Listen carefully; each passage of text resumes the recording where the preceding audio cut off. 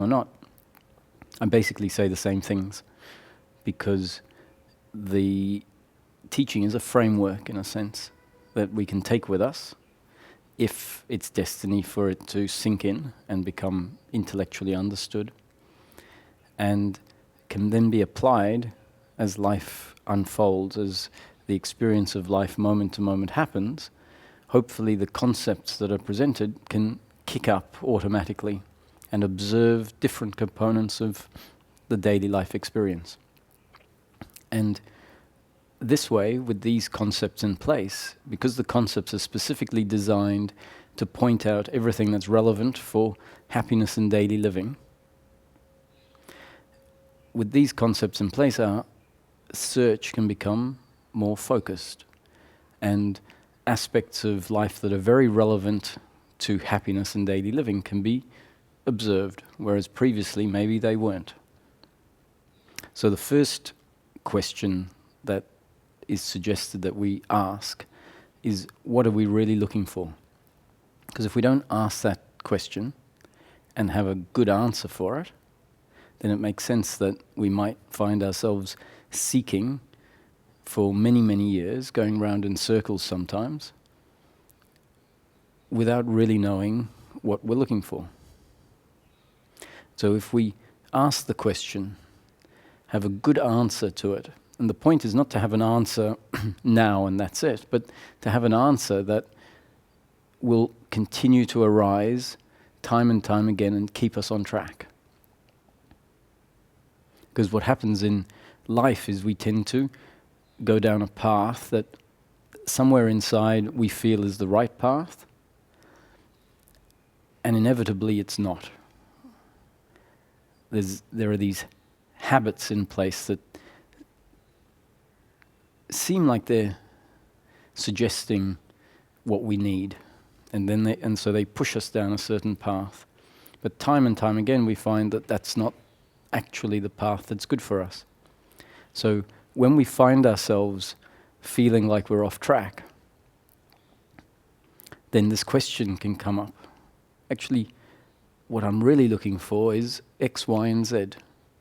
And that then can cut off the thinking and the habits that have been dragging us down the wrong path for a while, and we can come back to where we need to be.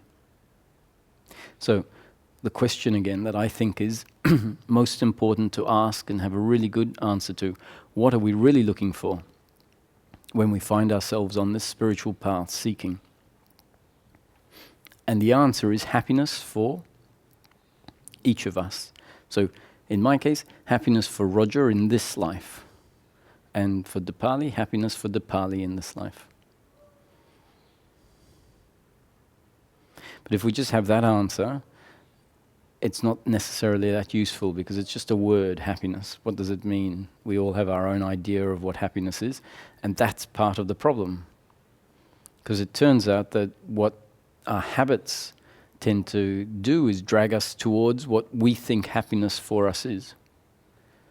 But the problem is that the happiness that the habits have in mind is not the real happiness that we're looking for.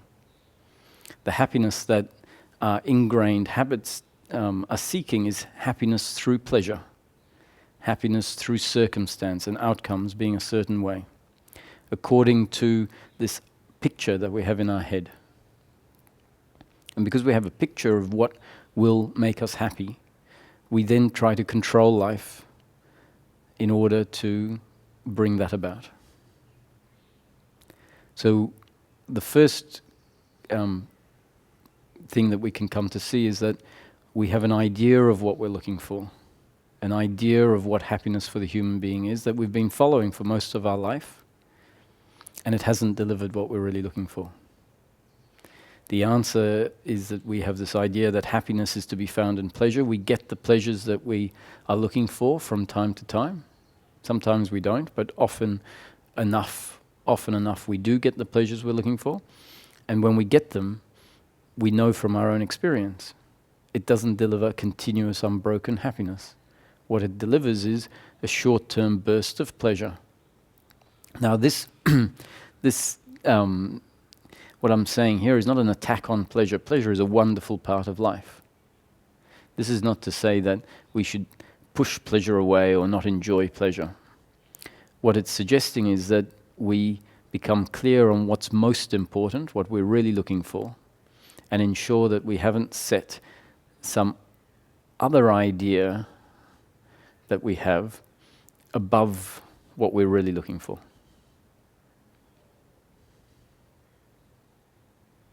So if happiness for the human being isn't happiness through outcomes, happiness through pleasure, then what is it? The suggestion is that happiness for the human being is to be found in continuous unbroken peace of mind. So happiness for the human being is peace of mind, regardless of the circumstance that we find ourselves in.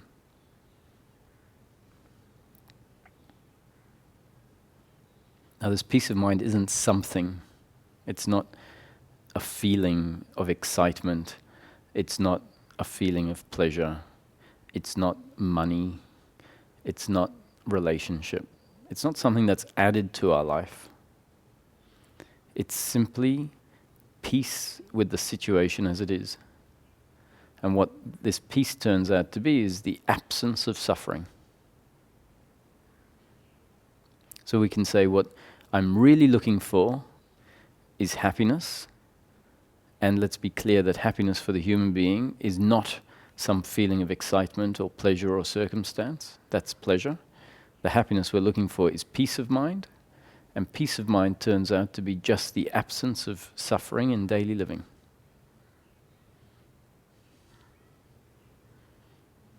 So if what I'm suggesting here is understood intellectually, which means it's not complex. The words I'm using are not complex scientific words. It's simple English, clear language.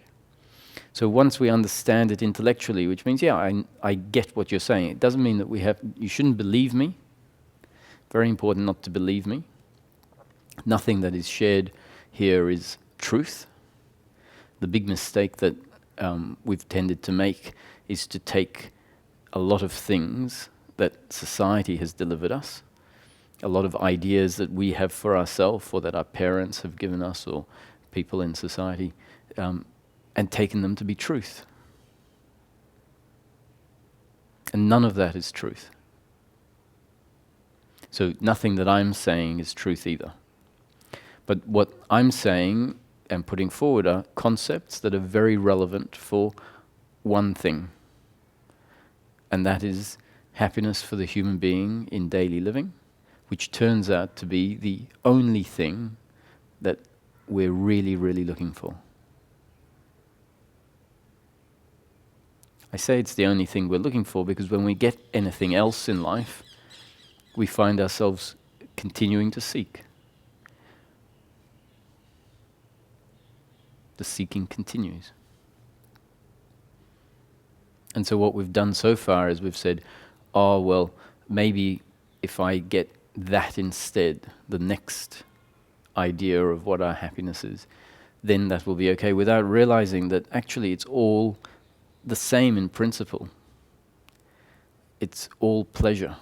It's all circumstantial. And at some point, if we're lucky, based on our own observation, our own experience, we'll click. Actually, I've had enough pleasure in life. I know what pleasure is, and that's not the answer.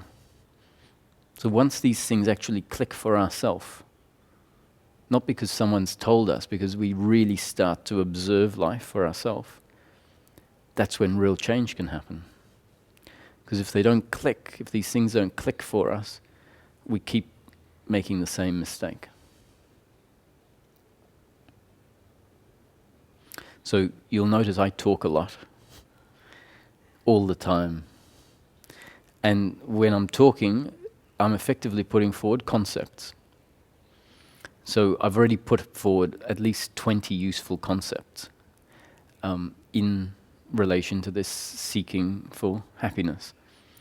And let me just explain what I mean by concepts and how we should use them.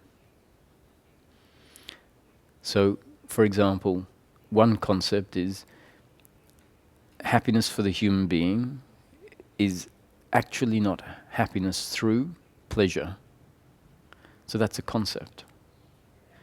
Happiness for the human being turns out to be happiness through peace of mind, regardless of circumstance. Another concept. Peace of mind is simply the absence of suffering. Another concept. And if we register each of these concepts and understand what they're saying and see that they all fit together as a framework, then our attention can start landing on our experience as we go through life. We don't need to stop doing what we're doing. We don't need to go and sit in a cave to do this. In fact, sitting in a cave is not that helpful when it comes to observing the concepts for ourselves in our own daily life experience. So what it means is we continue to go to work, we continue to live in our family situation, we continue to go out with our friends, doing in each moment what we need to do according to our life story. And as life impacts us and creates different responses and reactions, then awareness can become aware of those responses and reactions in relation to these concepts. And then the concepts can be verified for ourselves. So we've already had plenty of experience in life, knowing that life will deliver us pleasure. And time again, we get that pleasure and then it's not enough. So the concept that happiness for the human being is not to be found in pleasure needs to be verified for ourselves based on our own experience. We've got historical evidence based that we have in our memory that we can use to verify this, but it's also useful for us to start verifying it as we go forward. So this afternoon or this evening when you order dinner and you have a nice dinner and then you order a nice chocolate cake maybe, the chocolate cake and the dinner is pleasure in the moment. There's nothing wrong with that, don't get me wrong. This is not to say we shouldn't enjoy pleasure, but to recognize that pleasure is just that. It's a very welcome part of the life experience, but it's not going to deliver us ongoing happiness. So as we verify this for ourselves, yes, pleasure is pleasure, but I can see it's not going to give me ongoing happiness. The concept goes deeper and deeper, goes from being an intellectual understanding to something that we deeply know because we've confirmed it enough times. So I'd like to share a little story that demonstrates how something can change from being an intellectual understanding to a much deeper understanding based on our own investigation, our own life experience. And the story goes like this. A couple of weeks ago when I was in Tiruvannamalai, I was climbing up the mountain and came across some monkeys. And there was one monkey in particular, a baby monkey, that was very interested in playing. And I'll stop the story there to mention that several years earlier I was told that if you smile at monkeys, they'll take that as a sign of aggression. They don't register that you're smiling and you're happy. For them, you're showing them your teeth. And when monkeys show each other their teeth, it means they're ready to fight.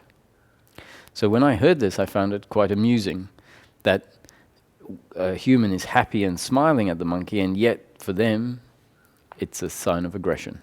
And I understood this intellectually. I'd never seen it in action, but I understood what I was being told. It was a concept that was being put forward to me. I didn't know if it was true or not, but it sort of made sense to me.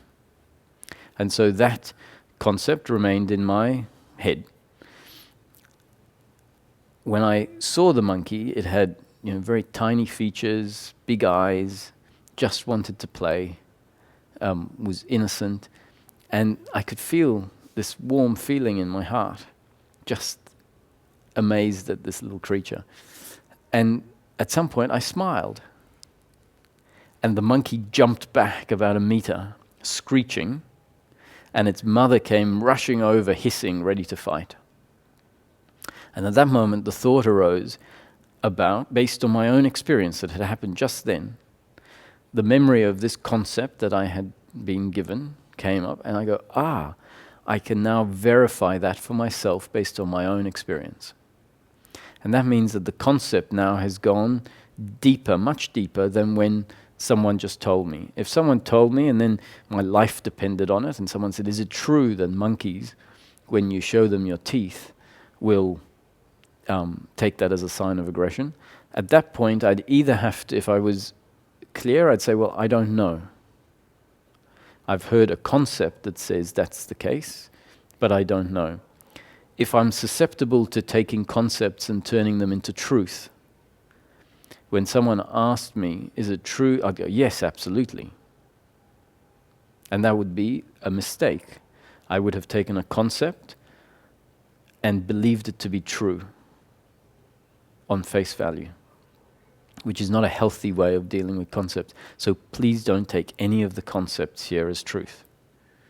They're very useful pointers for you to verify your own life experience for yourself. And in doing that, because it doesn't talk about a whole lot of things that are irrelevant to human happiness. It only talks about those things that are relevant to human happiness. So if we follow the concepts and observe them for ourselves in daily life, we're really starting to have a concentrated investigation into the thing that's most important to us. The thing that everyone is really looking for.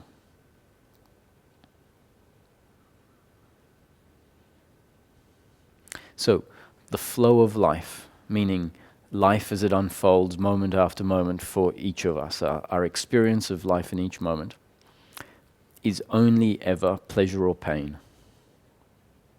Whatever happens in each moment is pleasure or pain. It will be pleasurable if what happens in the situation is in line with my biological preferences, and it will be painful if what happens is out of line with my biological preferences.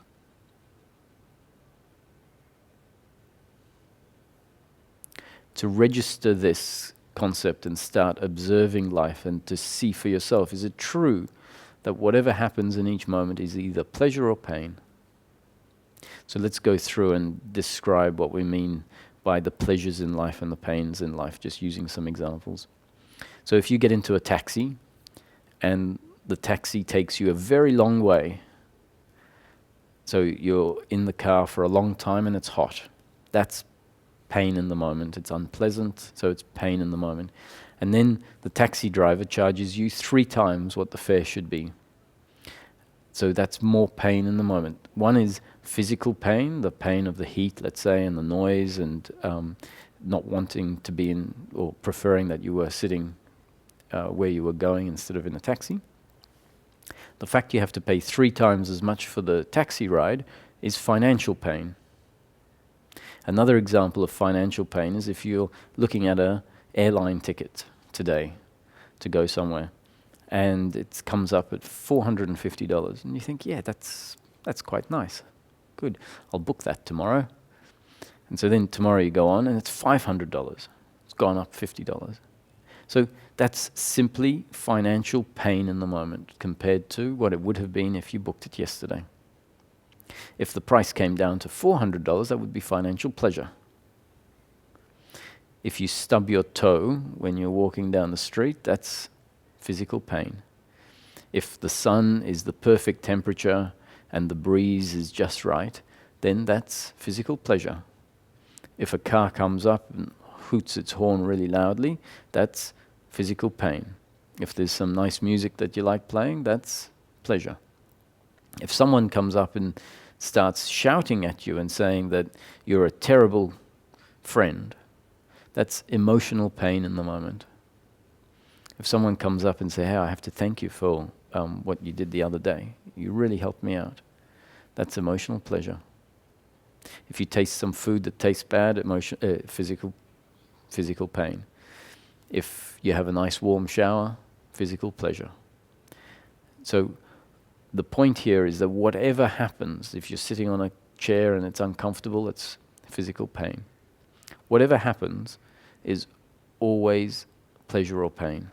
And if we start registering that everything in the flow of life is either pleasure or pain, we come to understand that my happiness, my completeness is not dependent on pleasure or pain. What that really means is that what I am is independent of the flow of life. That what I am at my core is already complete.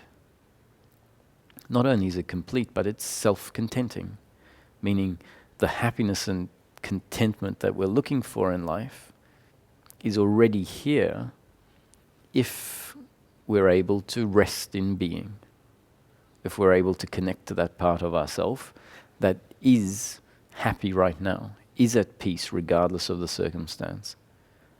Then what we know for ourselves from our own experience in that moment is that life is irrelevant by and large. The content of life is irrelevant because my being is ever present, it's unchanging, and it tends to be this wonderful thing that delivers what it is we've been spending our whole life seeking out there.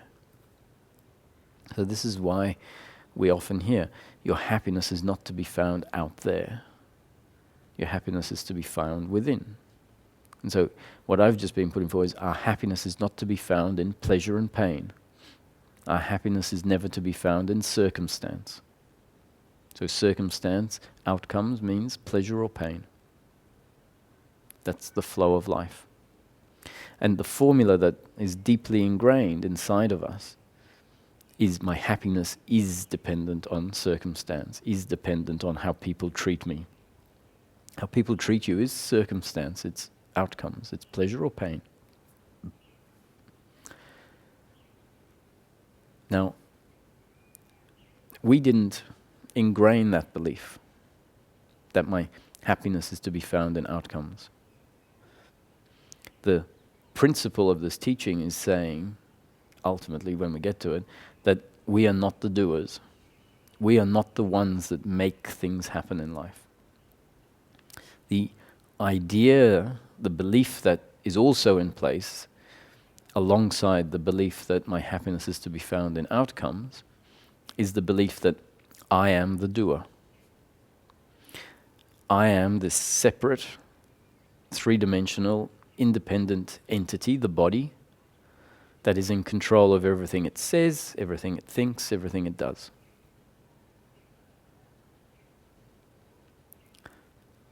Makes sense because that's the experience. The experience suggests that this is what I am and that I am in control of what I say and what I think. And that experience set in at about the age of, well, it started from the time we were born, and it was very weak at that point in time. The experience that I am this and I was in control at birth was very, very weak or non-existent. We can observe that a baby is in a crib and it is looking at a rattle, and clearly it's just seeing an object. And at some point you can see that the baby becomes aware of its hands or its legs, and maybe the hand grabs onto the foot. And you can tell by the movement that there's no notion that this is what I am. The baby has no idea that it is this at that point in time. And then at about by the time age 2.5 or 3 kicks in, the sense that I am this has become solid. And that we can call identification with name and form. By that time, the 3-year-old knows its name and is convinced based on its own experience that I am this. And so then the words, this is me, this is mine, give me mine, and tantruming starts. Because this sense that I am this has kicked in. Now, actually the sense I am this is not the problem. What the problem turns out to be when we look at it is the belief that is put in place because the experience suggests I am this. So a belief then gets put in place that I am this and that I am in control. And this process that we're speaking about, this process of life, first it's put this sense of being this in place, and very shortly after, the belief I am this gets put in place. And all of that is not our doing, but rather something that was inevitable to happen the way it happened. So life infuses this sense in us and infuses the belief. And at some point, life starts to undo that belief. And it's only when life starts undoing this belief that we start to come in contact with what we truly are and start to see life clearly. So the belief, once again, is I am the doer. The other is the doer. So if we see ourselves as the doer, then we automatically see the other as the doer. And that what I need in order to be happy, in order to be complete, is pleasure, pleasure, pleasure, pleasure. Now, none of that was my doing. Life put that in place. And how it put it in place is by delivering in each moment circumstance that I wasn't in control of. And the circumstance that happens moment after moment becomes part of our up-to-date conditioning. So if we go through a particular event, it seems like I choose how to relate to that event, but actually the relating to the event is automatic, based on who I am at that point in time. And who I am at that point in time is a result of how life has impacted me moment after moment up to that point. That's our up-to-date conditioning that we're not in control of, that life has imposed on us. And the second factor that makes us who we are is our genetic structure. We were born with a certain genetic structure. We didn't choose it.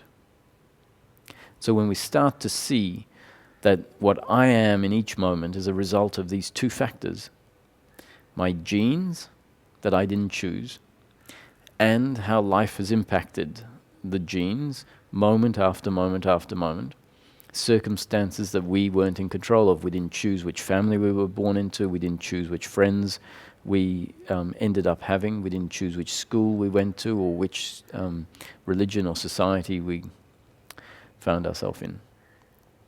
And furthermore, we didn't choose which cars were coming down the street when we stepped out of the house, what birds flew past, what people said to us, what lessons were learnt in school, what rocks we tripped over, who bullied us, who we bullied, then we can come to see is a result of our genes and up-to-date conditioning. So whether we are the bully or the bullied,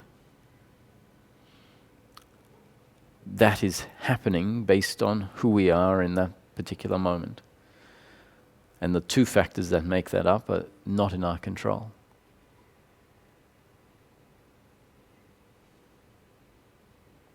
So if we start to see things clearly, objectively, a lot of the errors that are in place, that life has put in place, start to fall away because we realize, these beliefs are based on seeing life very differently. So the belief in personal doership is a belief that says, I am this, and the choices that I make are completely unaffected by anything else. So there is an imagination of a me inside, a separate entity that can choose exactly what it's going to do in each moment, unaffected by anything else. That's where the belief in personal doership comes from. When we start to investigate life, we see that actually what I choose is a result of my genes and up-to-date conditioning that I had no control over. And then we start to look for this independent me, unaffected by anything else. And we can't find it. All we find is genes and up-to-date conditioning. So the words coming out of my mouth are based on who I am in this moment, which is a result of my life experience up to this point in time, my genes that I was born with, and how I was conditioned by life moment after moment. So I was born in an English-speaking country. I went to school and learned English. I found myself in India at some point sitting with Ramesh, who was sharing these concepts that became part of my up-to-date conditioning. I actually had no idea much before meeting Ramesh that I would be meeting him. I came across a book that mentioned his name. I had a feeling arise that said, you should go and visit Ramesh. And I followed that, and I wasn't in control of what was written in the book. And as I come to see, I wasn't in control of that feeling that came up, the feeling that said, oh, I feel like going to visit Ramesh. And it was all of that that ended up putting me into a situation that if I don't see life clearly, I would say that was my doing. I was in control of going to see Ramesh. But as we start to see the mechanics of life more clearly, we realize actually life is happening, not my doing. Everything in life is a happening.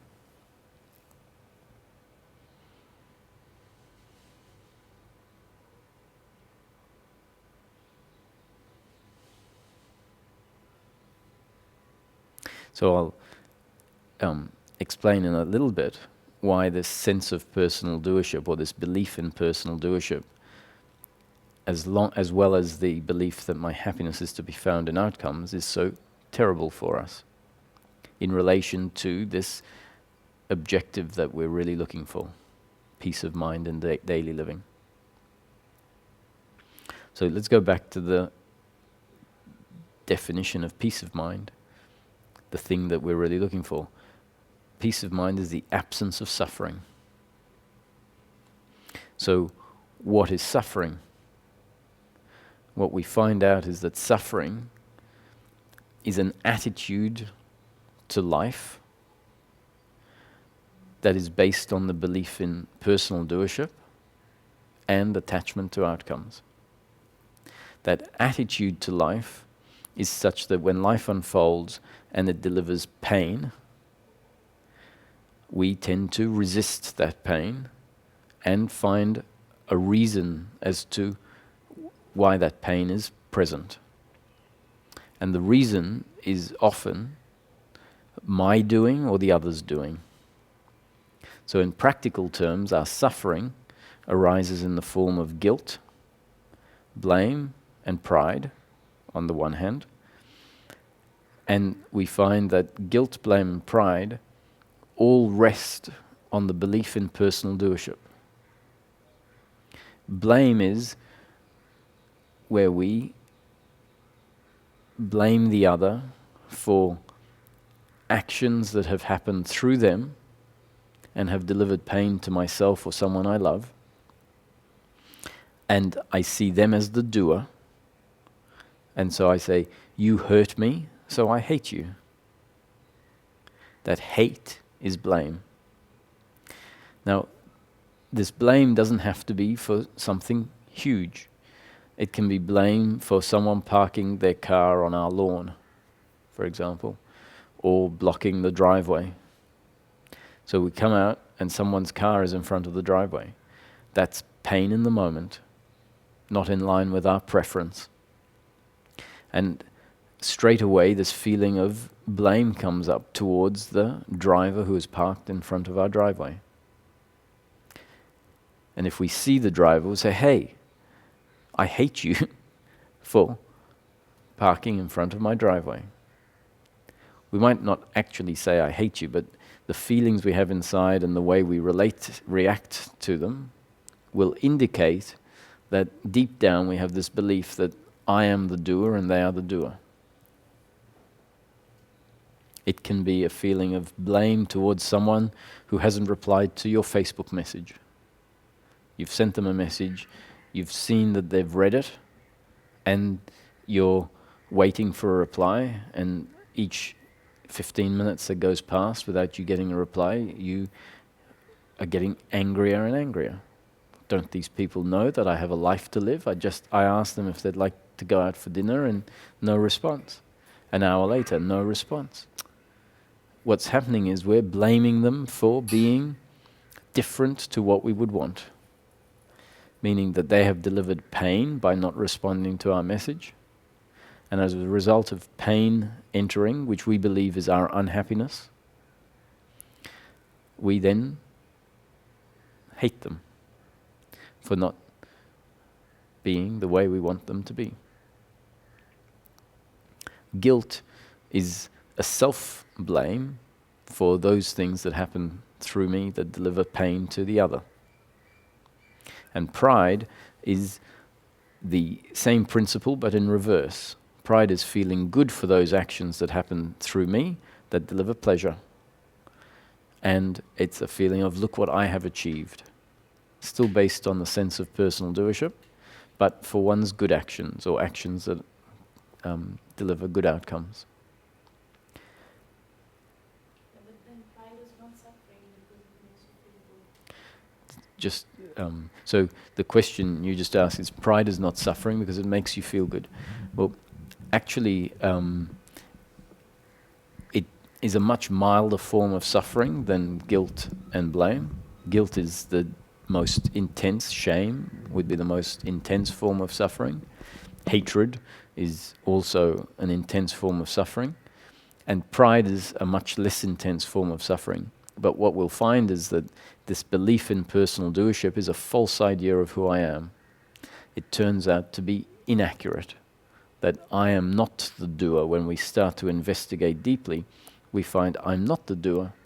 And so if we hold on to, if there is an idea based on doership, however it manifests, whether it's as guilt, blame or pride, it's always going to be an uncomfortableness on it at some level. It's going to be an uncomfortableness. The uncomfortableness is an uncomfortableness with ourself because we don't know who we are at that point.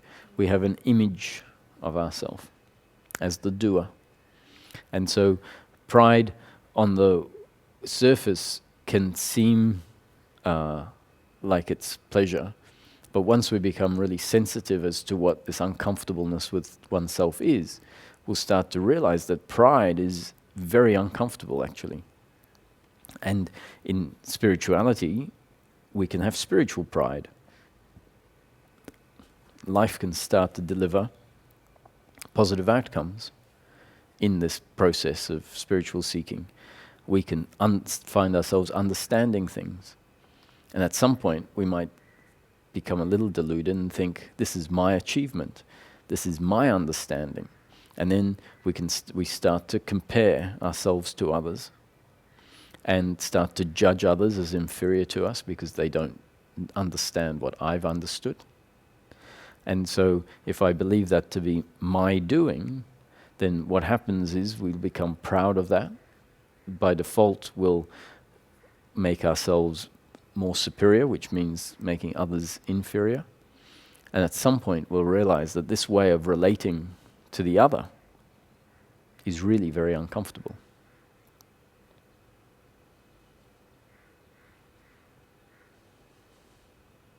And it's when this belief in personal doership falls away that we get to connect with the part of us that actually is the real contentment.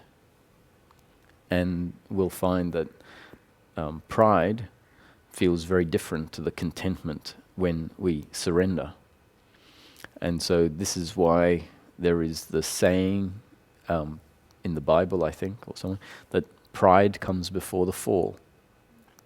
What it's suggesting is that pride is based on the belief in personal doership, which means an identity that says, I am the doer. And inevitably life, because the flow of life is pleasure sometimes and pain at others, inevitably at some point life is going to deliver pain to that person that is proud. Pain through an action of theirs that turns out not to work well. And then they'll feel humiliated on the same basis that they felt I am the doer and felt proud of their action. When their action turns out to be what they will look at as a failure, then that is the fall. So it's saying that if the basis of pride is in place, personal doership, at some point, actually probably not very far away, there will be a fall because life will deliver pain and we will feel crushed. Whereas if the belief in personal doership isn't there and life is delivering pleasure and pleasure through our outcome, our actions, let's say there's actions that are delivering positive results, will understand that this is my destiny for positive outcomes to be happening at the moment. There won't be an attachment to those positive outcomes. There won't be a claiming it as my doing. We'll still get to enjoy the outcomes. We'll be able to enjoy the praise that others give us, but we'll understand, thank you for the praise, but really, it wasn't my doing. I couldn't have done it any other way. There was a component of luck involved in it. Or we just say thank you, we don't have to explain it. But inside we understand that this is not a result, my achievement. And so if we relate that way, when life delivers pain through something we do that doesn't work out well, we'll understand that, of course, this is the flow of life. And because we don't have this attachment to the pleasure, we won't have a resistance to the pain. We'll still resist pain biologically, but the attachment and resistance I'm talking about is on an attitudinal level. So this is very important, that our happiness and our suffering turn out to be attitudinal, always attitudinal. So this links in with the concept that was put forward at the beginning, that our happiness is never to be found in the flow of life. Our happiness is never to be found in circumstance or outcomes, which are always only pleasure or pain. So we find out that our happiness is actually based on our attitude to the flow of life. The flow of life is what happens moment after moment, which includes our participation, our actions, and the actions of the other. That's all the flow of life. And our happiness is dependent on how we relate to what is happening in the flow of life, and not actually the outcomes in life itself. The attitude that we have at the moment that delivers unhappiness is this attitude of personal doership and attitude of attachment to outcomes, meaning an attitude based on the belief I need pleasure in order to be complete. And it turns out that the attitude that delivers peace of mind is simply the absence of the attitude of personal doership and the absence of the attitude that says my happiness is to be found in pleasure. So we don't end up with a whole new set of beliefs. It's simply the dissolving of a false idea of who we are and a false idea of who the other is.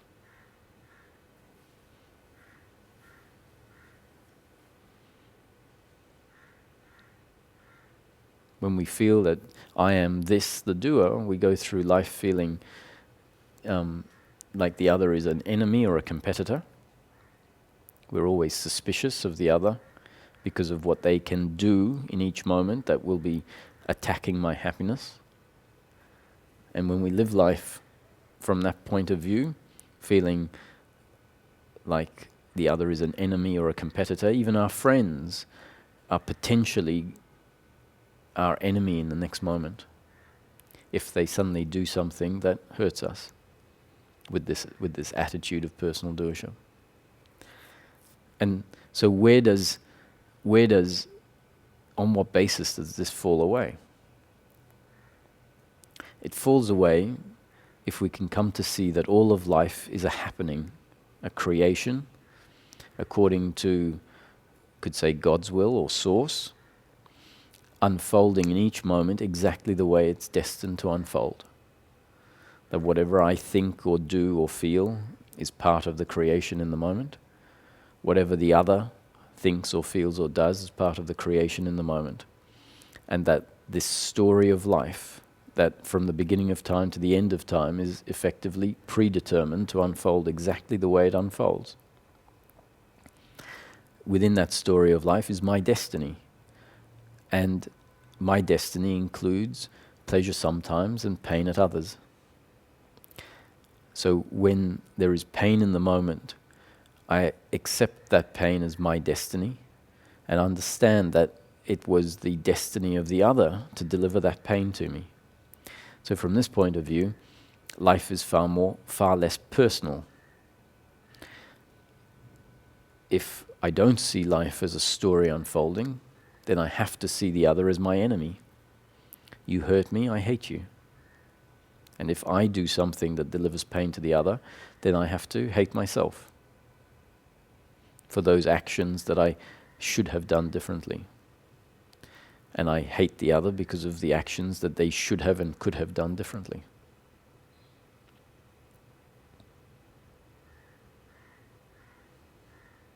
And then also becoming aware of the fact that my completeness, my happiness, is not to be found in pleasure, which means that there is a space that we can rest in where we feel complete and content regardless of what the other is doing to us, regardless of whether we lose our job, regardless of whether the rain is coming down on a day that we wanted to have a picnic. We can find that place inside, and when we find that place inside, then we know that actually pain is just pain. Pain is not an attack on who I am at my core. And so that becomes an added benefit in remaining at peace when the other delivers pain to us. Because firstly, we understand that it's not personal, it's part of the story of life unfolding. And secondly, we know from our own being that that pain is not an attack on who I am. If these things are not in our system, then there's only one way that we can react to someone delivering pain to us, and that is to resist it strongly. It's not optional. And so that's what this set of teachings is trying to point out, that in each moment, however we react, however the other reacts, is not my doing or their doing, but it's a reaction in the moment based on our genes and up-to-date conditioning, which we had no control over, and the circumstance we find ourselves in.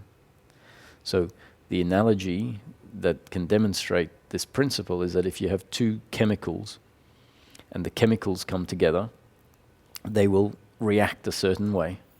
Some reactions or certain chemicals coming together will create a harmonious relationship where there is an inert reaction, so nothing particular happens, and other chemicals come together and it can be explosive. And the chemicals are not in control of their makeup in that moment, and they don't sit and have a conference about how they're going to react. The reaction is impersonal. It just happens. And there's no option as to it happening one way or another. It happens based on their makeup. And human beings are like complex chemicals, walking around in a world, forced to react in each moment the way we're designed.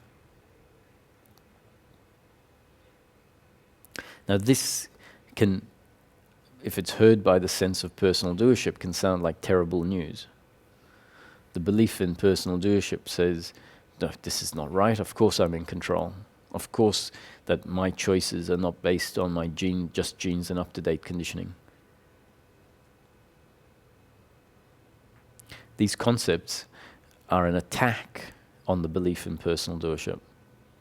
And so it will feel sometimes uncomfortable hearing this, and will create all sorts of noise to distract itself and to, find a reason why it can leave and not accept what's being said. And the belief in personal doership will never accept this, but what can happen is that something deeper inside can be touched that says, maybe it's time that I look at things a little differently. And if that happens, it's destiny. If the belief in personal doership gets all noisy and creates enough noise that nothing is heard, then that too is destiny, not anyone's doing. Because the belief in personal doership doesn't mean there is a doer. The belief in personal doership is actually just part of our genes and up-to-date conditioning.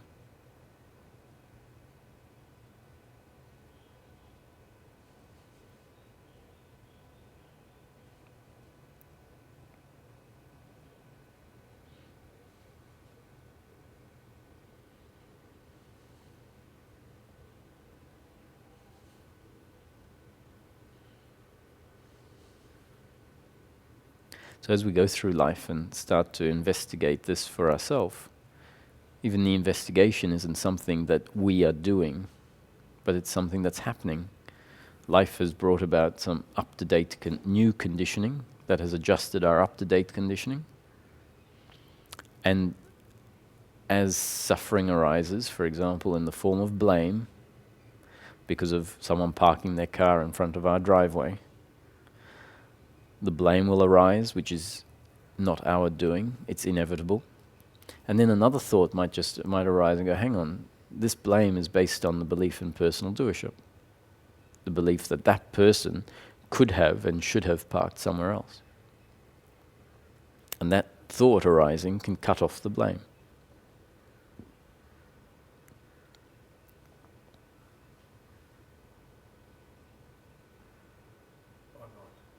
Or not. Not in our control whether it does or it doesn't. The belief in personal doership can hear these concepts and decide to set out to achieve the end of suffering. And what that means is that when blame arises, the belief in personal doership will come in and say, now, I shouldn't blame, because blame is based on the belief in personal doership. And then if the blame doesn't stop, the belief in personal doership will say, no, well, I'm not doing this right. And that's more suffering. And so that's not the purpose of all of this. This is not suggesting to anyone that you have to go out and achieve all of this. This is life doing what it needs to do. So life has put in place the errors in human beings, and then we find ourselves in a situation sitting here where we're told we're not the doers, that actually we can't make suffering come to an end. And that can sound like bad news, but then we're told, hold on, there's no reason to feel pessimistic, because if you look at what is actually happening, which is not your doing, is we're in a situation like this, listening to concepts that are generally not presented in life, in that many places. You don't hear this at school. In fact, you hear the opposite in school. And we find that not our doing that we're here, but we're here. And life is presenting new conditioning that has the potential to radically alter your up-to-date conditioning. So if we start to see that it's not my doing, but things are always happening, then we can start to trust life more and more. And relax this aspect of ourself that is trying to always get somewhere and do something and achieve something. We'll find that that aspect of ourself is this belief in personal doership. The belief in personal doership that also believes that it needs pleasure, pleasure, pleasure in order to be happy. So the statement that happiness for the human being is the end of suffering is not meant to be turned into an expectation or an objective. If we turn it into an expectation and say, okay, well, if happiness is the end of suffering, then I have to not suffer. What's going to happen is, as soon as suffering arises, which is inevitable, not in your control, if our genes and up-to-date conditioning are such that suffering will happen, if we have this objective that I have to have no suffering in my life, then that objective is going to cause more suffering.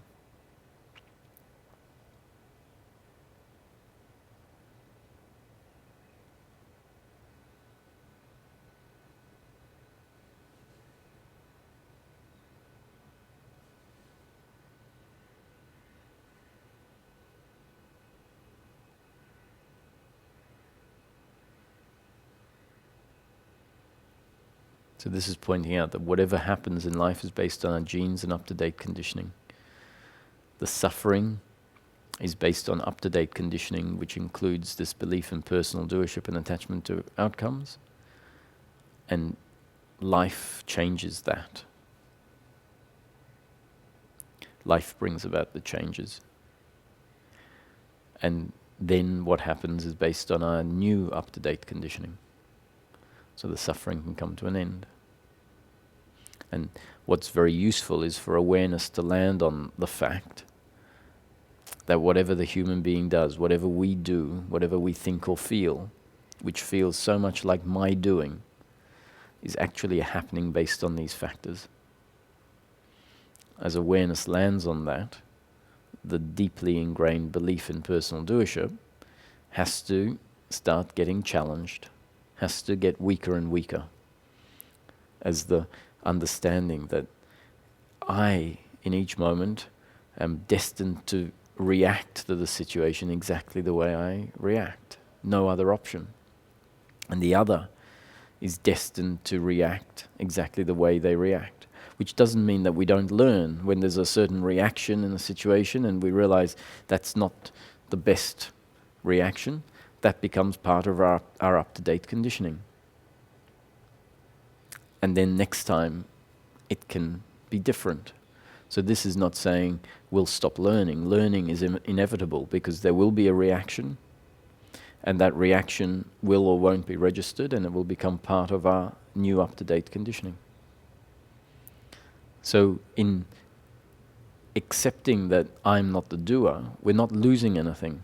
We're not suddenly putting the doership, the doer down, because there never was a doer, there was only a belief in personal doership. So anything that has happened in life in the past that was successful wasn't happening because there was a doer, but was happening because life was making it happen. So in accepting that I am not the doer, and when I say accepting, investigating it and coming to see that whatever happens through us is based on our design in each moment, that's only good news. It doesn't prevent learning from continuing to happen. It doesn't prevent life from being lived. It doesn't mean we will sit on the couch and do nothing. That's not our destiny. Our destiny will be to continue to move through life. What it does do is it means that the basis on which guilt, blame and pride arise is now significantly weakened. Guilt, blame and pride is our suffering, and the happiness we're looking for is simply the end of suffering.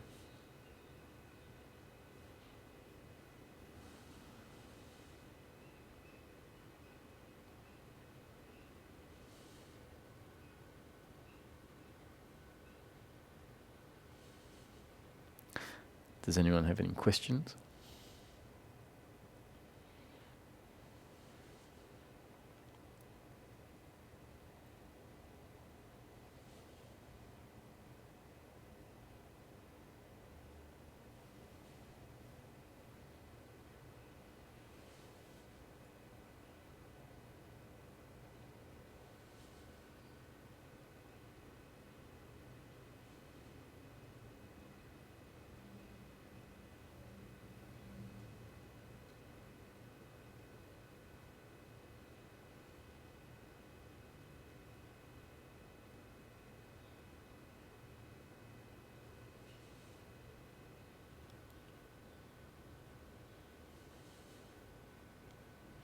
Well, I'll carry on then.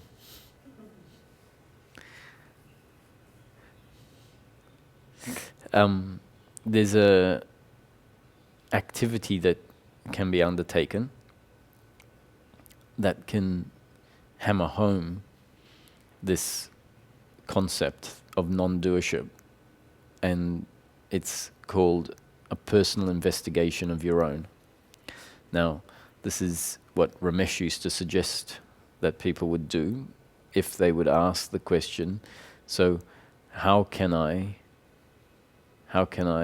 or what can I do to bring about this peace in daily living?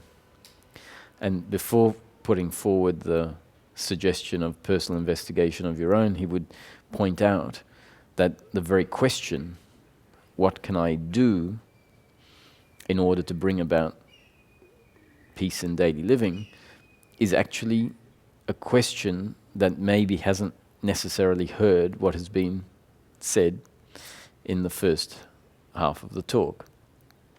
The first half of the talk is that life is a happening, unfolding exactly the way it's destined to happen, and that suffering is a very valid part of that story of life, and it will be there exactly as it's destined to be there, and it will end at exactly the time it's destined to end each time, and if it's destined for it to end in totality, then that will happen. And the question, what can I do, is possibly the belief in personal doership becoming attached to that particular outcome and wanting to control life instead of surrendering to life. So we'd have a little chuckle about that fact that the doer is so deeply ingrained that it always wants to know how can it control life. But then putting that aside, there is something that can happen.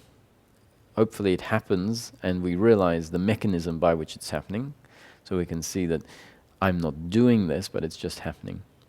And it happens after this explanation is put forward. Because this explanation is new conditioning that will become part of the individual's up-to-date conditioning, if that's destined. And then the investigation, the personal investigation of your own will happen. It will feel like it's your doing. If we're not vigilant at seeing the dynamics in life, it will feel like it's our doing, but actually we'll come to see at some point, oh, this is not my doing, this is a happening based on my genes and up-to-date conditioning, which include this suggestion to do personal investigation of your own. And the personal investigation of your own goes something like this. You pick one event that happened during the day that you are convinced is your doing. All the others you're not sure of, but this one event you're convinced is your doing. And then you investigate that event. So let's imagine that during the day you smelt some smoke and you got up and found that the waste paper basket on the front patio was on fire, and you went and got some water from the sink and turned the fire out. And you're convinced, I did that. Now, obviously the body and Roger did that, but the principle of non-doership is pointing at the fact of, did that happen because Roger chose of his own free will for that set of events to happen? Or was it much less personal than we think?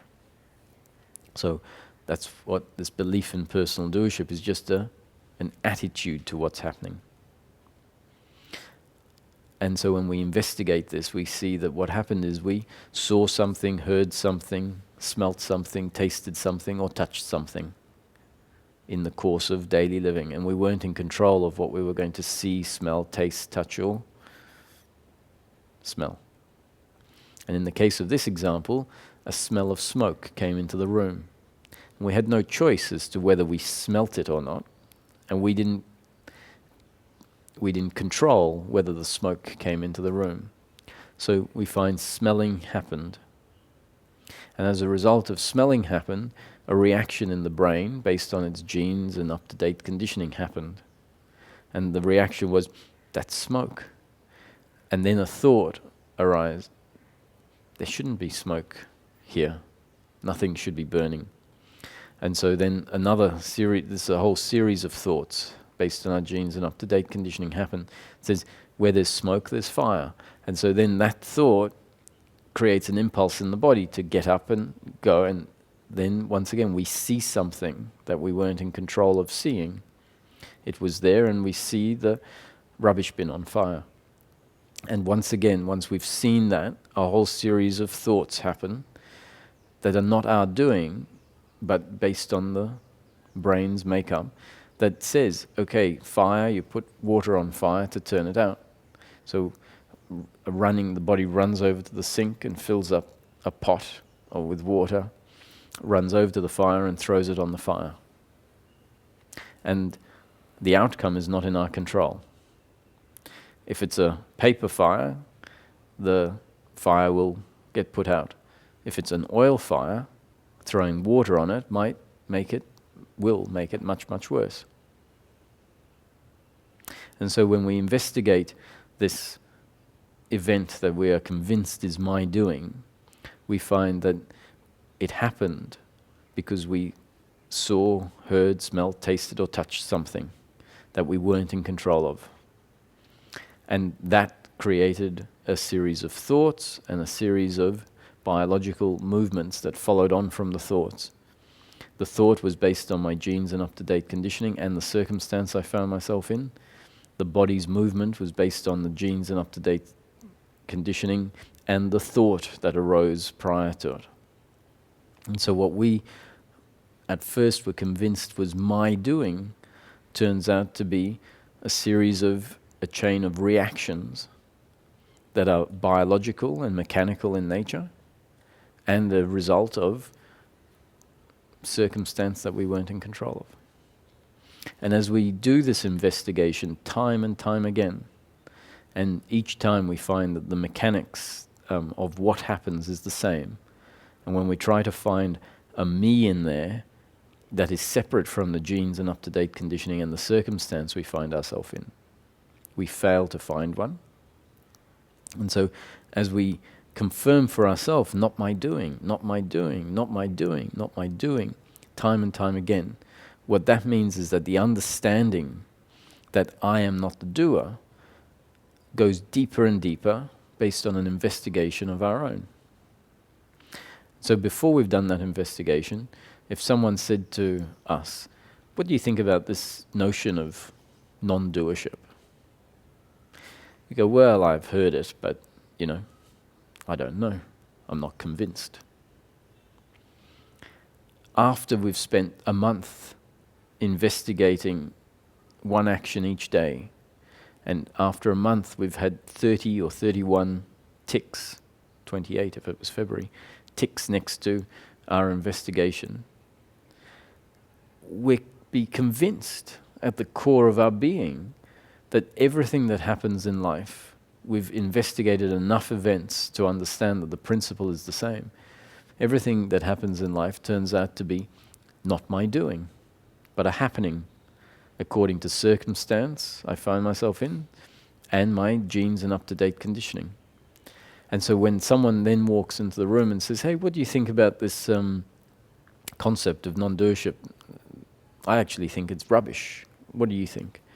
And from your new standpoint of having investigated this day after day after day, you can understand why that person might think it's rubbish, because they probably haven't gone into the situation with much detail. But for you, you're absolutely convinced that they're wrong, and that from your own investigation, you now have very little doubt that everything that happens is a happening. And from that new standpoint, you can imagine that when someone does something to hurt you, the old response of blame may well come up, but very quickly it's going to be accompanied by a thought that says, it's not their doing, this was a happening. And that thought, not their doing, this is a happening, will cut off the blame. And the deeper and deeper the conviction that everything is a happening goes, the quicker and quicker it will cut off the suffering. And when that conviction becomes total, meaning that it has completely kicked out the ingrained belief that I am the doer and the other is the doer, then what that means is that the suffering won't even arise. The guilt and blame just simply won't have a basis on which to arise.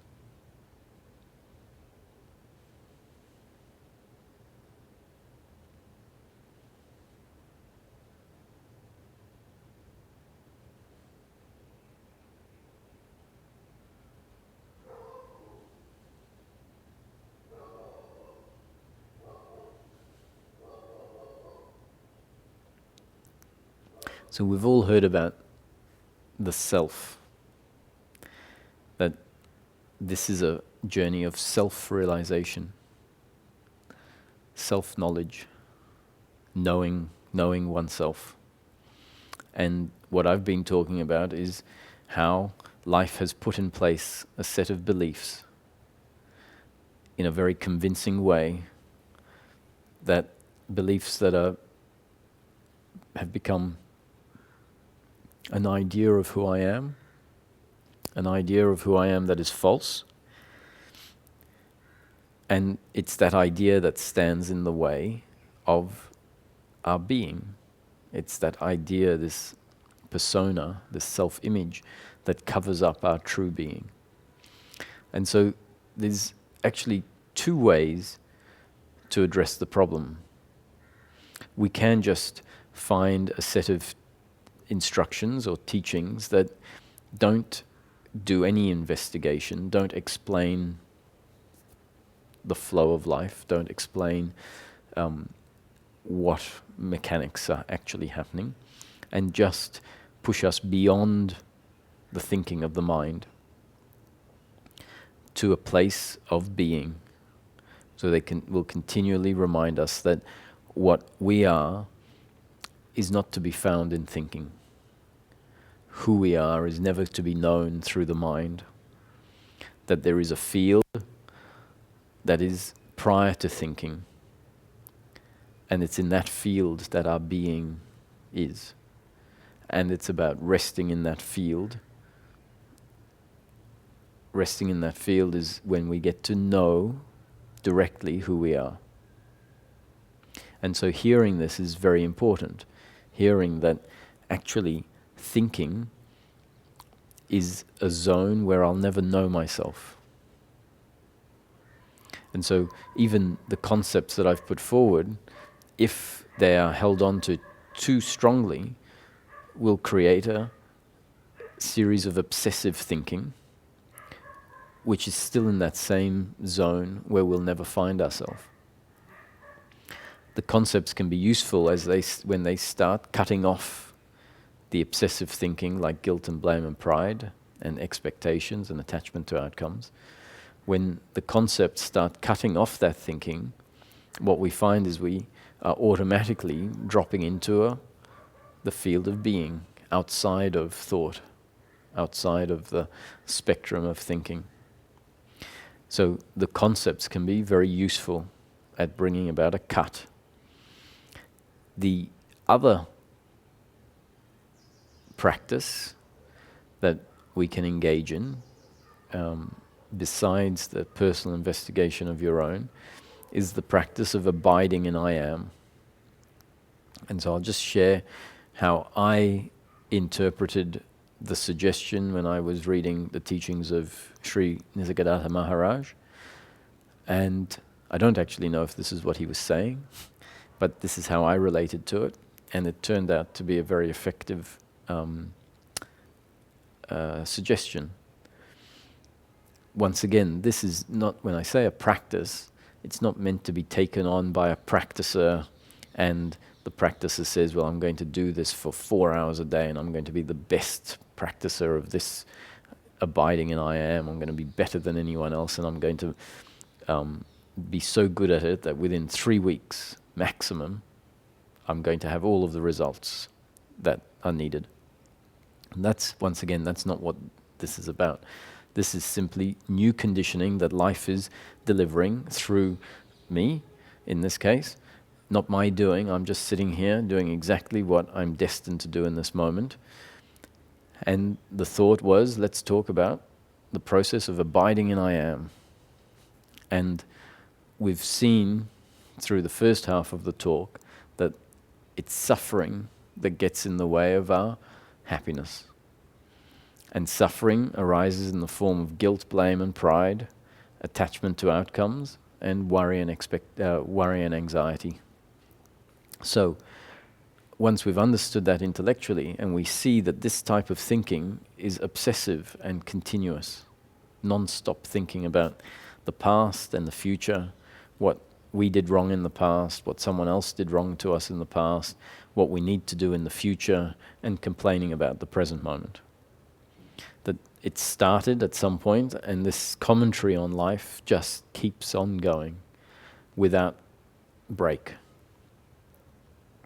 So if awareness lands on the fact that there is this commentary going on about everything that's happening in life, and judgment of whether their actions are right, judging the other person as not being good enough, judging ourselves as not being good enough, strategizing about how we're going to create what we think we need in order to be happy in the future. When awareness lands on this, it can land on this as our unhappiness. It can land on it and say, this is my unhappiness. And the suggestion is that the thought I am is used. Now you don't use it, but when awareness lands on this, the thought I am might just arise. And it's a thought I am. And that thought becomes the bookend to the obsessive thinking that awareness has just registered. And why it can become the bookend is because now we understand that this thinking is not useful. It's kept going on and on for our whole lifetime because we're convinced that it delivers a benefit. We're convinced that if we strategize about the future, that it will turn out the way we're strategizing and it will deliver what we think it will deliver, which it turns out it doesn't. We think that if we're blaming the other for what they've done, that somehow that's beneficial to us. And even more, we think if we self-criticize ourselves for everything that's done in the past, that that's also beneficial somehow. And it turns out that none of it is beneficial. It's all actually the problem that gets in the way of our peace, our happiness. So awareness lands on this obsessive thinking. The thought I am comes up and creates a stop to the thinking on the basis that now we're quite happy for this thinking to stop. We know it's of no value. I am.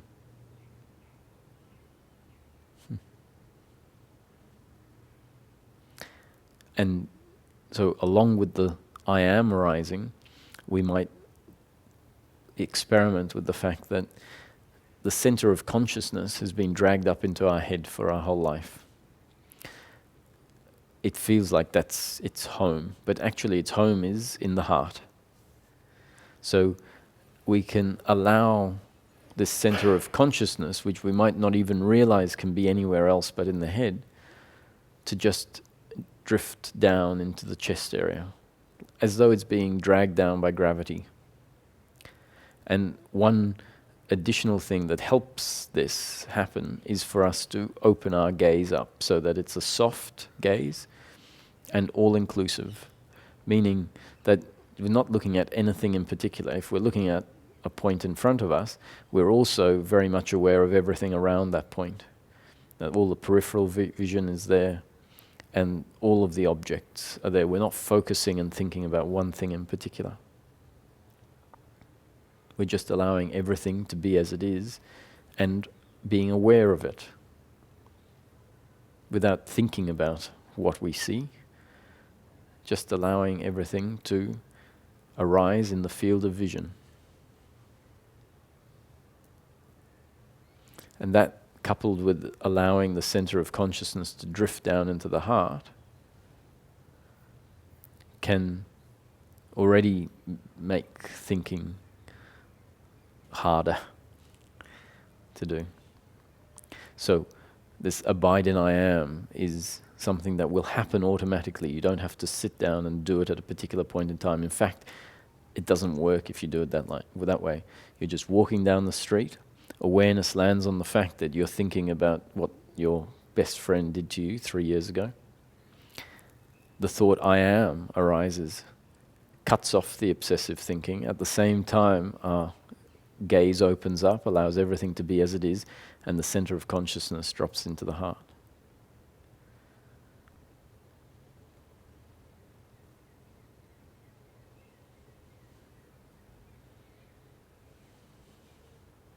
At first, we might find that the thinking is cut off and we drop to the heart for about 0.4 of a second before we find ourselves dragged back up into obsessive thinking again. And it might be 10 or 15 minutes before we actually register that that's what's happened. You know, oh, how long have I been thinking about what my best friend had done to me 3 years ago, again after the thought cut it off? We realize, wow, it must have been 10 minutes. And that's not a problem, because awareness has now landed on the fact that there's this obsessive thinking happening, and the thought I am can arise, and we drop into being, And we might hang there for half a second again before we're dragged up into thinking. Not a problem. And each time this happens, the thought I am, when we register that the thinking is happening again, the thought I am arises and cuts off the thinking. And each time that happens, this movement from head into heart just simply means that field of being outside of the flow of life, meaning we're not involved, we're not judging the flow of life. We're just witnessing what's happening, aware of this sense of existence, this sense of isness, beingness, that maybe we can feel in the body. It's not something we need to think into existence, it's a feeling. So each time this happens, the movement into the heart is getting, or the pathway is getting forged more and more definitively. And the more times that happens, the more familiar we are with this movement. It's a bit like chopping a pathway through a jungle with a machete. The more times you go past that pathway, the more clear the path becomes. And after a week, you might find that, so this can happen 20 times in a day. And it's not a big practice. You haven't had to sit down to do it. You're just carrying on your day. Awareness lands on the thoughts, I am.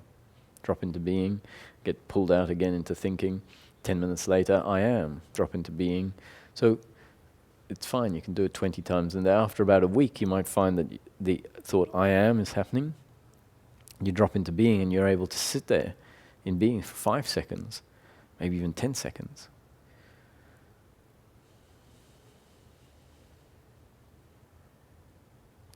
Now, 10 seconds in being is quite impressive. Not as an achievement, but because of what it shows us.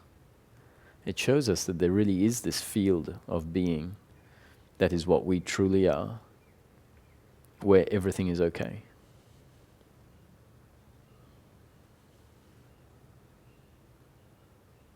Where we can rest,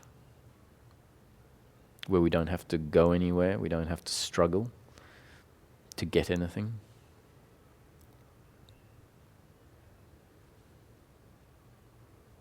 And then it starts to make sense, what we've heard in the past, teachings that say there's nothing to do, there's nowhere to go, there's nothing to achieve. What they're pointing at is what's here right now, what's always been here, what will always be here, the thing that's our true nature, something that's obscured by an obsessive type of thinking that's inevitable when it happens. But as awareness starts to land on this dynamic, which means life is now starting to bring awareness onto an aspect of ourself that previously we hadn't taken much notice of, probably because we didn't think it was that important.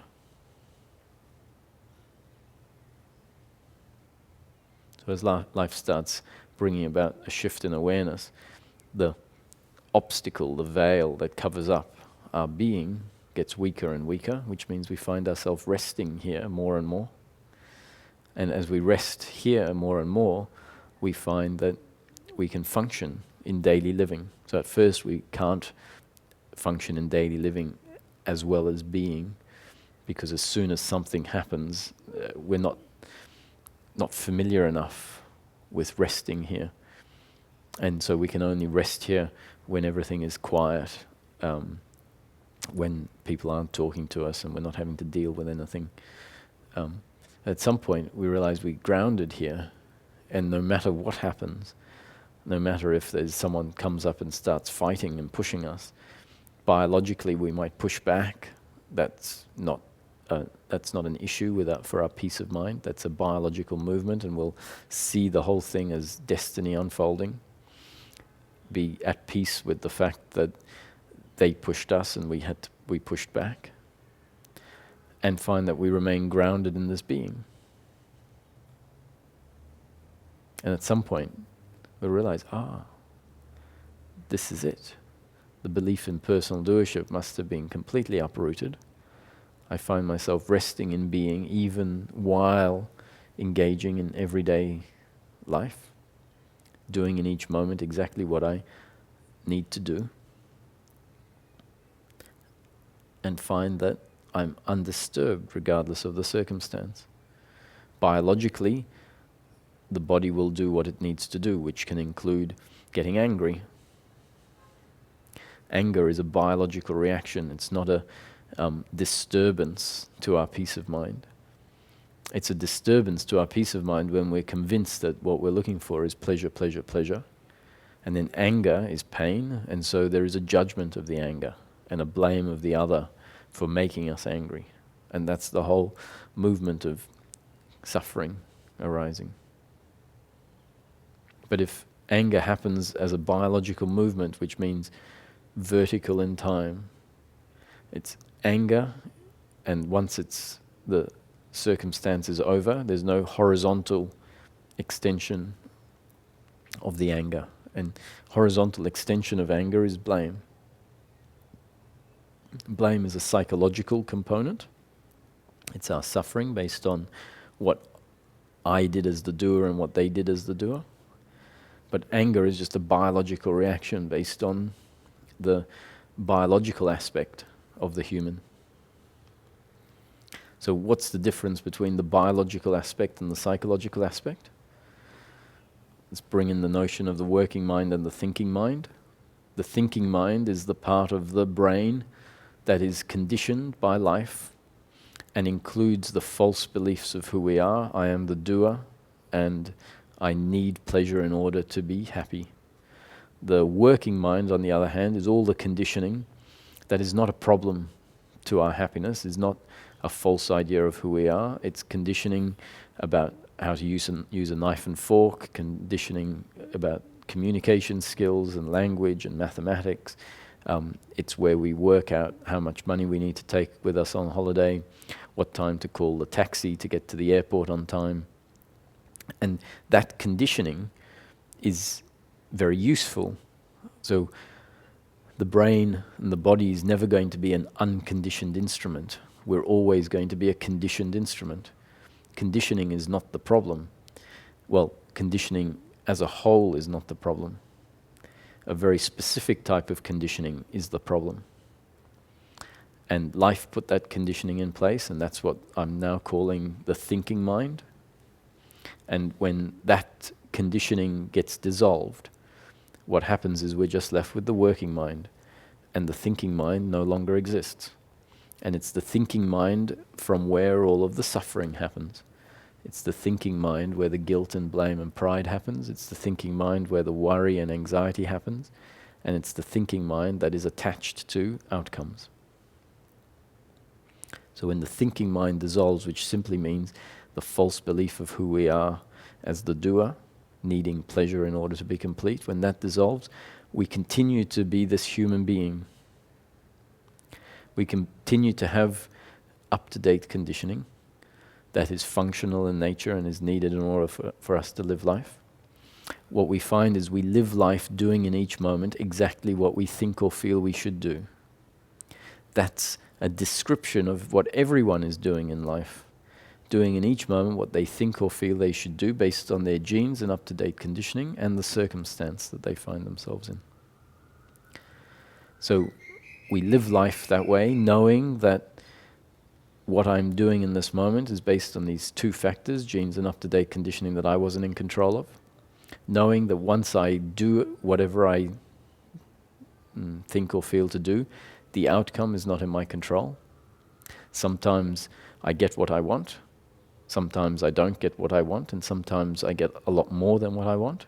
So in each moment, if I have a menu in front of me, and there's 10 options on the menu. So if everything is predetermined, and I'm not the doer, do I have choice? Do I have free will? And on the surface, if we really get this, it's obvious. It goes, well, there's no choice and there's no free will. Everything is predetermined. And if someone gets that, that's very important. So we'd say, yes, that's right. But let's not be too hasty about jumping to the conclusion there's no choice and no free will. Someone will say, well, what do you mean, too hasty? It's not a question of hasty. Everything's completely predetermined. Then I have no choice. I have no free will. And that was the standpoint I took when I went to see Ramesh. I went to see Ramesh and I was completely convinced before going there that everything was unfolding according to a bigger picture. Not my doing. Whatever I was doing was part of the bigger picture. Whatever anyone else was doing was part of the bigger picture. And that is the core of this teaching. And so I didn't have an issue with what he was saying until he said, and we have complete free will to do whatever we like in each moment. And I thought, no, this doesn't, how can we have free will? We don't have free will. And so I had a discussion with him and he said, we do have free will, but it's just not what we thought it was. And my head couldn't get, for quite a few weeks, I couldn't understand why he was insisting that we have free will. Because the liberation comes from realizing that I'm not the doer. That's where the guilt and blame can fall away. But what can happen is we can then have these concepts that prevent us from really seeing life as it is on another level. And that other level is that once we've seen the fundamental nature of life, we then find that life wants us to live the illusion, live the dream, live the story, very much from the perspective of this individual. And that means feeling with the feeling of being this. So having gone through phases where the experience was much more impersonal and much more, or much less body-centered, having gone through phases like that, we then find that the experience is meant to change. It's meant to come back to feeling like I am this. Those other phases of seeing everything very impersonally were there to reinforce certain aspects of life, to show us certain aspects of life that were not visible previously, to show us in order for us to start being able to dissolve the ingrained false beliefs. And once the false beliefs have been dissolved, then we're not meant to live life from a very impersonal perspective.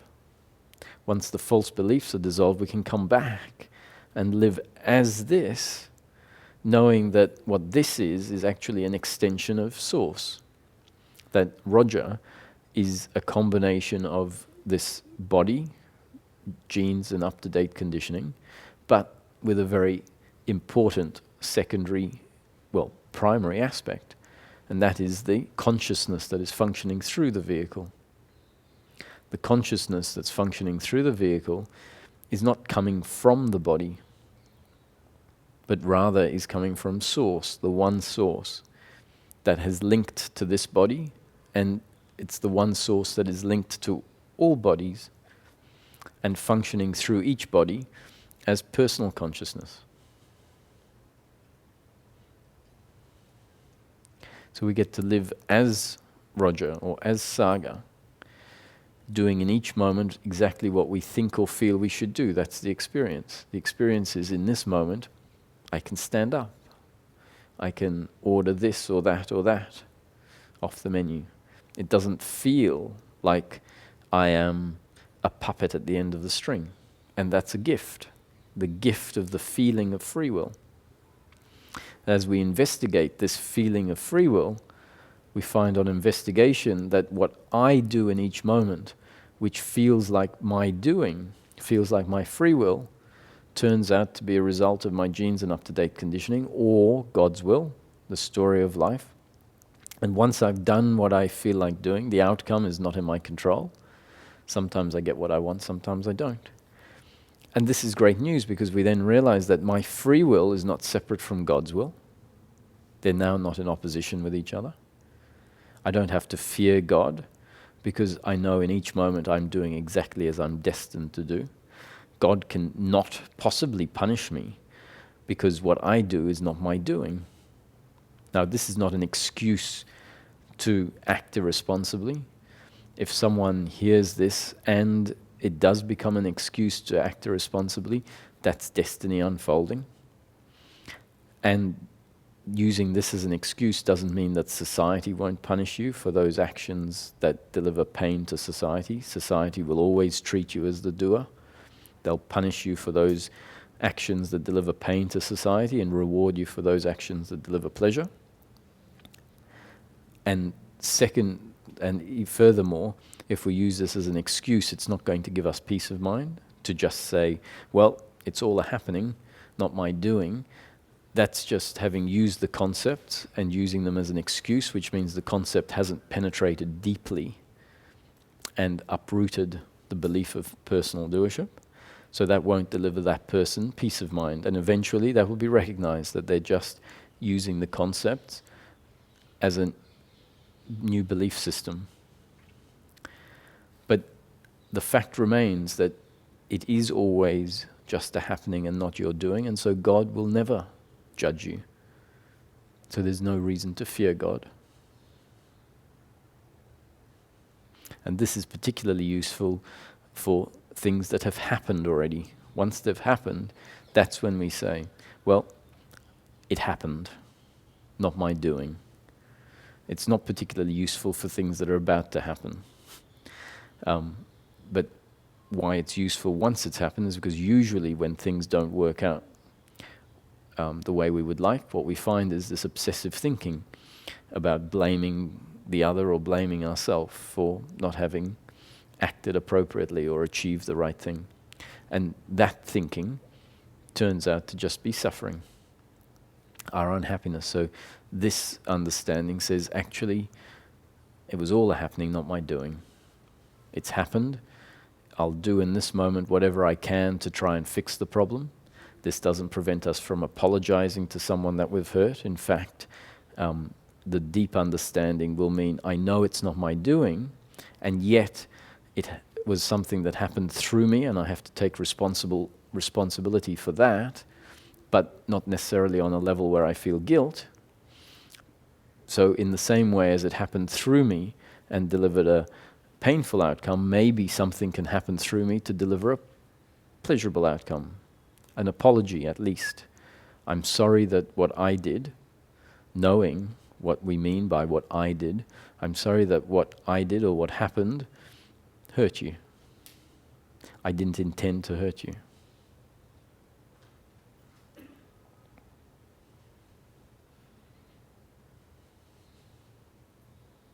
So, choice in each moment is the mechanism by which the story of life unfolds. The story of life unfolds by everyone making choices. But now we see that they're not my choice, but rather a choice happening. And that process of choice happening happens with the feeling of free will being in place. A feeling that I am choosing this. And so if we hold the definition of free will correctly now and say that free will is this feeling in each moment that I can do what I like, while understanding the mechanism that we've spoken about, then we can say, yes, everything is totally predetermined, and yet I'm free in each moment to do exactly what I think or feel I should do, knowing that what I think or feel I should do is exactly what was predetermined, and the outcome, which is not in my control, will turn out exactly the way it's destined to turn out.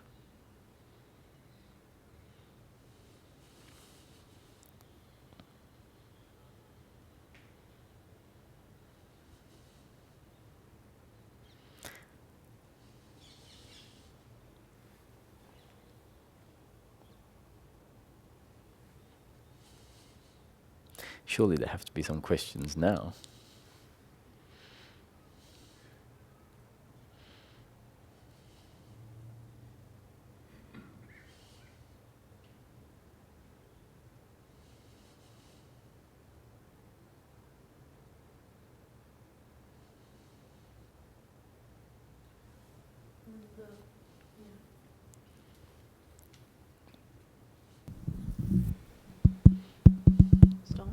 Yeah. Yeah. Could you talk a little bit more about the thinking and the working mind? Specifically, the part where you say that it's good to dissolve, or at some point of time, the thinking mind will dissolve and the working mind will take over. I don't think that's possible, because then workaholics should be the most happy people in the world as they're working. Mm. So I'm saying, how is it possible for the thinking mind to actually slowly dissolve and only the good part to stay? So a workaholic actually is most likely functioning from the thinking mind. So just because we've used the word working mind, Okay. so a workaholic is obsessively working because they have the belief that their happiness is to be found in work, in the outcomes of their work, let's say. And so when that belief falls away, the question might be, so when our attachment to outcomes fall away, someone would say, so what's going to motivate me to move in life if I'm not attached to certain things happening? What we find is that the attachment to outcomes, which is part of this belief in personal doership, when they fall away, the body is still there. The body with its genes and its remaining up-to-date conditioning. And as part of that remaining up-to-date conditioning and the genes, there are the body's preferences. And they are biological preferences, meaning that the body will have a preference for warm water instead of cold water in winter. And the body will have a preference for chocolate over stale bread, for example. And so in each moment, the body will move towards its preferences, but now without the obsessive thinking that these preferences have to be delivered. So if we're at a party and a plate comes round and there's one chocolate left on the plate or one biscuit, and we think, oh great, that's exactly what I want, and we go to grab it, which would, assuming the thinking mind has dissolved, the attachment to outcomes has dissolved, will feel like, oh, that's what I like based on my biological preference. And just as we go to grab it, someone else takes it. So with the understanding in place, it would be seen it was destiny for me not to have that cookie. It was destiny for them to take it, which in a sense meant delivering me pain relative to the pleasure of the cookie. So there's no suffering. There'll be no suffering, no seeing them as the enemy, but rather seeing it as destiny in that moment for me not to have the cookie and for their actions to be the mechanism by which my pain was delivered. So the thinking mind can fall away, and we'll find that the body continues to function, in fact, much more efficiently, with much less resistance to life.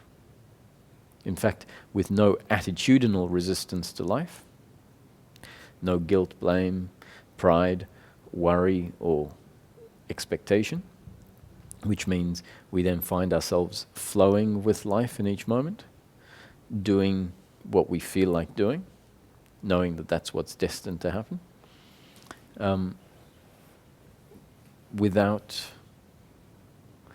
so no attitudinal resistance. We might still find there'll be some biological resistance in certain situations.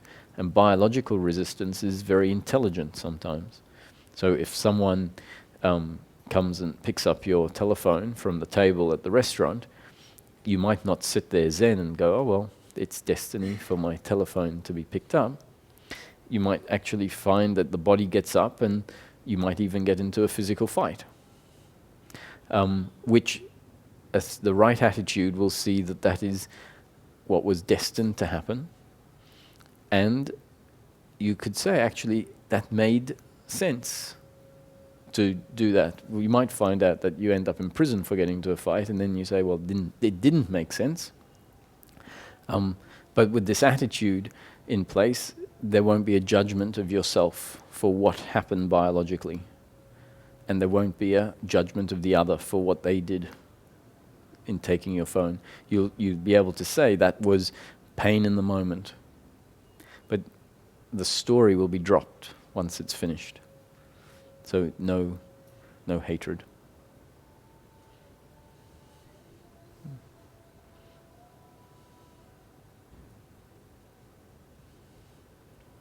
Did that answer your question? Yeah, partially. Just still trying to understand, because the thinking mind is quite strong in most people, or Mm-hmm. at least in me. So I'm wondering if it's really as simple as you say it, that over a period of time it would happen, because emotions, feelings, these are quite strongly built in Yeah. into the psyche. And then, of course, there's always that answer that if it doesn't fall away, then it was predetermined. Mm-hmm. So then, if the thinking mind doesn't stop, then for that individual it was predetermined. And for you to see that for yourself means that there won't be a resistance of the thinking mind. So if you can see that in the moment when the thinking mind is active, it has to be active in that moment because of your genes and up-to-date conditioning at that point in time. And you weren't the one that put your genes and up-to-date conditioning in place. So when suffering arises with the understanding of what suffering is, so if blame arises, you understand blame is based on the belief in personal doership. And this is not about then condemning ourselves for blaming, because that would be more blame or guilt. Hopefully what happens is there's just an understanding that blame happens when the belief in personal doership is in place.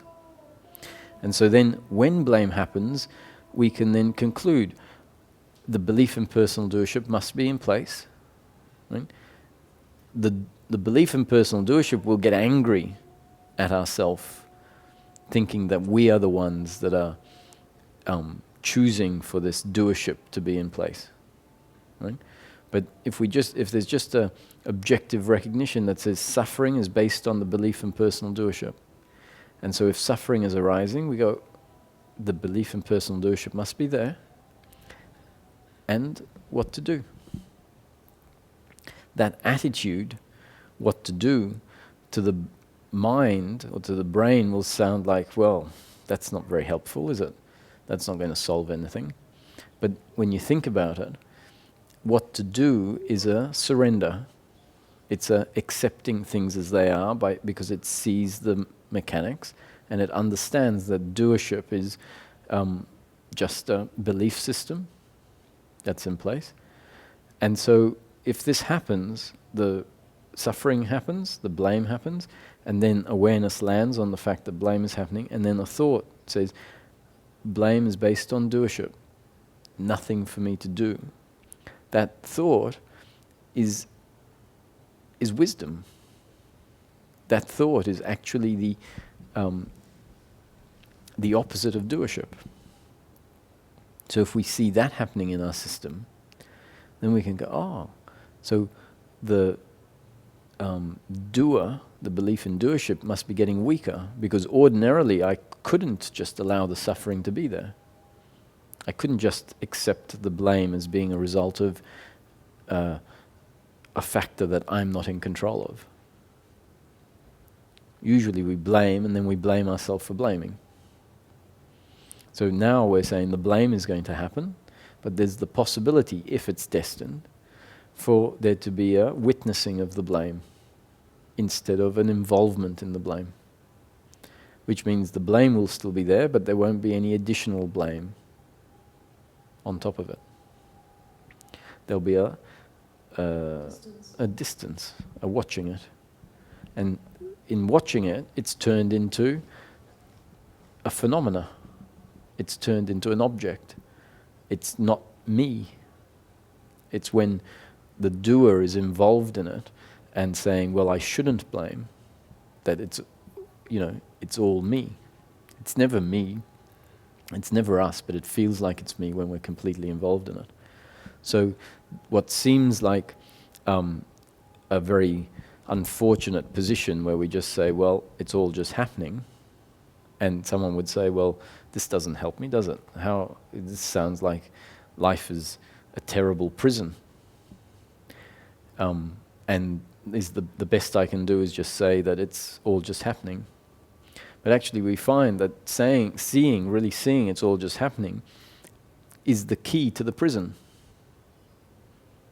What seems like we're locked in the prison by saying it's all just happening and there's nothing I can do, turns out to be the key to the prison.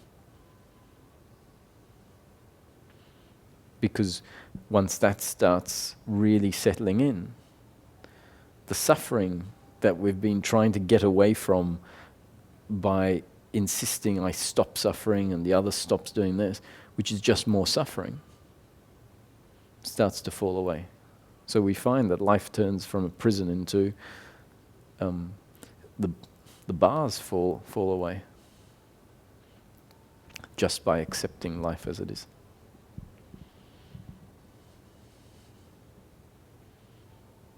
And that accepting is not something you do. It's something that happens.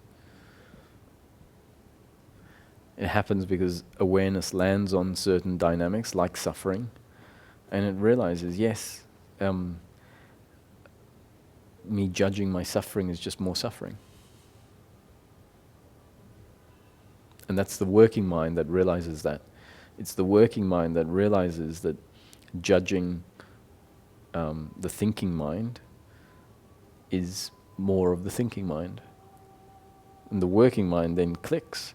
Once the working mind clicks, the thinking mind doesn't have as much fuel. Mm-hmm.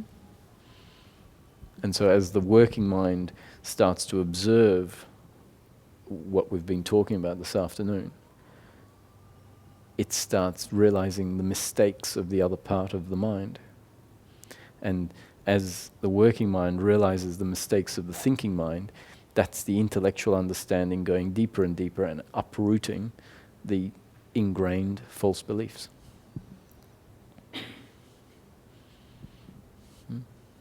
Good. Yeah. Thank you.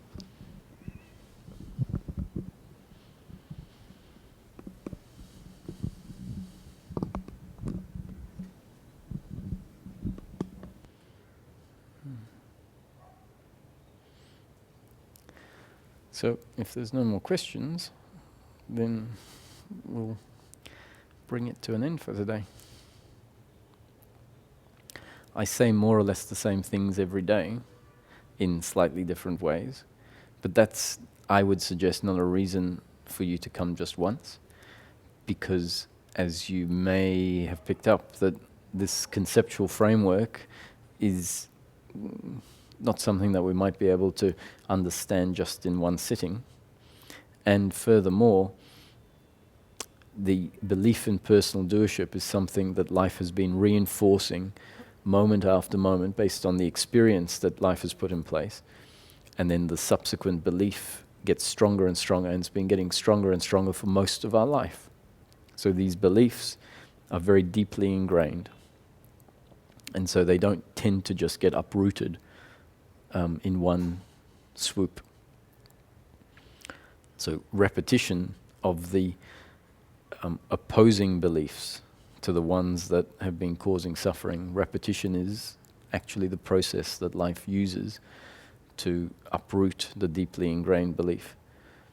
And at some point, once it's really seen, then the belief can just, the false beliefs can just fall away very quickly. So it doesn't have to take a long time. It doesn't have to take a long time at all, actually, once awareness becomes very focused on essentially the false idea of who we are. Myself as the doer, needing pleasure in order to be happy. Can you imagine if our mission in life, without it even being a mission, is simply to be aware of those responses in the body to the flow of life that are suffering. So it means we become very sensitive to suffering. So whenever suffering arises, awareness lands on it. And instead of judging it, there's now just a curiosity, an interest in asking, so why is this happening? And when we ask the question, why is it happening, we know the answer already. If the concept has clicked in, it's happening because there's a belief in personal doership. And then it's like, so what exactly is this belief in personal doership in this particular instant? And then the instant that's happening at the moment, let's say it's blame, awareness will land on it and see the story. I hate my parents for what they did to me yesterday. Or I hate my parents for not showing me enough attention when I was young. And then we become aware of the story that's running at the bottom of the feeling. Without really now, we're not believing that we hate our parents, because we understand that what they did was part of destiny. They couldn't have acted any other way. But at the same time, we're not denying the fact that there's this feeling of blame that's arising. So awareness lands on the feeling without trying to say that it's not valid, without trying to invalidate it and say that it shouldn't be there and that they're not the doers because they couldn't have done it anyway, so other way. So we just feel the feeling, come to understand what the storyline is there, and then we realize again, we get another tick next to the fact that my suffering, my unhappiness, is based on the belief in personal doership, and in practical terms arises in the form of blame or hatred in this case. So we tick it and we see, there it is, in action. And seeing it is what changes it, not trying to change it. Trying to change it tends to not change it. So, in other words, everything I've been speaking about here is about mindfulness and awareness, witnessing the components or the aspects of daily life that happen, and now we're just interested in watching what is happening and investigating that for ourselves along the lines of the concepts that have been suggested to be the dynamics of what happens when blame and guilt and pride arise. So really it's just about awareness, witnessing, and eventually, essentially, dropping into being and finding that we're connected to that part of ourself that is unchanging and unaffected by circumstance. And when we rest there, we realize that, I'm connected to Source, that I've always been connected to Source, that what happens through me is a movement of consciousness through this body.